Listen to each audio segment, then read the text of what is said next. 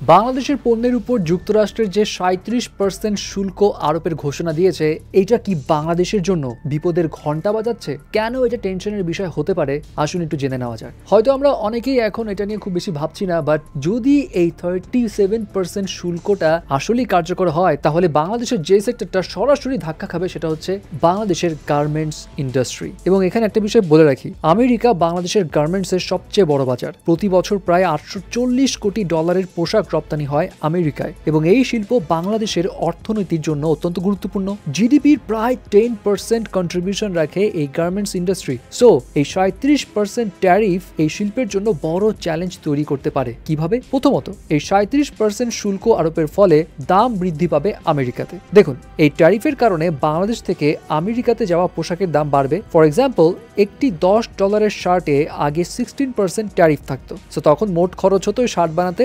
$11.60, কিন্তু এখন 37% ট্যারিফের ফলে লাগবে $13.70, এবং এই দাম বৃদ্ধির ফলে আমেরিকান ক্রেতাদের কেনাকাটা কমে যেতে পারে, যার ফলে আলটিমেটলি রপ্তানিও কমে যাবে। এবং বিশেষজ্ঞরা মনে করছে এই ট্যারিফ কার্যকর হলে রপ্তানি প্রায় 20 থেকে 30% কমতে পারে। এর ফলে বছরে $147 কোটি থেকে $220 কোটি ক্ষতি হতে পারে বাংলাদেশের। এবং শিল্প নেতারা এটাও মনে করছে ক্রেতারা হয়তো অন্য সস্তা দেশের দিকেও যেতে পারে, অর্থাৎ প্রতিযোগিতায় বাংলাদেশ পিছিয়ে যেতে পারে। যেমন ভারতে ট্যারিফ কিন্তু রয়েছে 26% এবং পাকিস্তানে সেই ট্যারিফ দিয়েছে 29%, অর্থাৎ ভারত ও পাকিস্তানে বাংলাদেশের তুলনায় 9 থেকে 11% সস্তায় পোশাক সরবরাহ করতে পারবে, এবং এইটি বাংলাদেশের বাজার হারানোর ঝুঁকি বাড়াচ্ছে। তারপর আবার আপনি একটা জিনিস খেয়াল করেন, বাংলাদেশ সস্তা ও বড় পরিমাণে পোশাক সরবরাহের জন্য বিখ্যাত। এই ট্যারিফ যদি কার্যকর হয়, তাহলে আমেরিকান যে ব্র্যান্ডগুলো রয়েছে যেমন গ্যাপ, লিভাইস, এগুলো অর্ডার কমাতে বা দাম কমানোর জন্য চাপ দিতে পারে। তার ফলে কারখানা যেগুলো রয়েছে বাংলাদেশের, সেগুলো লাভ কমবে, এবং এই সব কিছুর ফলে